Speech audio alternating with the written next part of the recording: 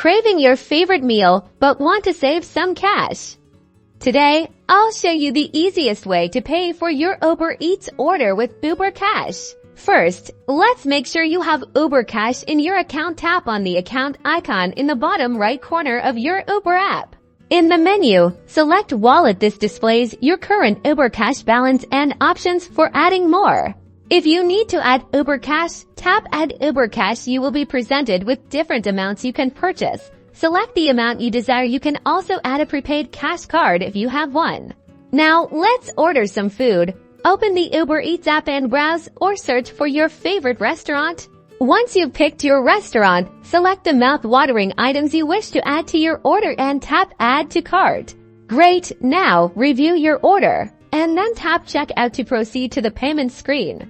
Under Payment Options, you should see Uber Cash listed. Simply make sure the toggle next to Uber Cash is switched on if the price exceeds your Uber Cash balance. The app will automatically provide you with other payment options to cover the remaining cost. Review your delivery address and tap Place Order to complete your Uber Eats order. Enjoy your meal made cheaper with Uber Cash. Don't forget to like and subscribe for more helpful tips and tricks.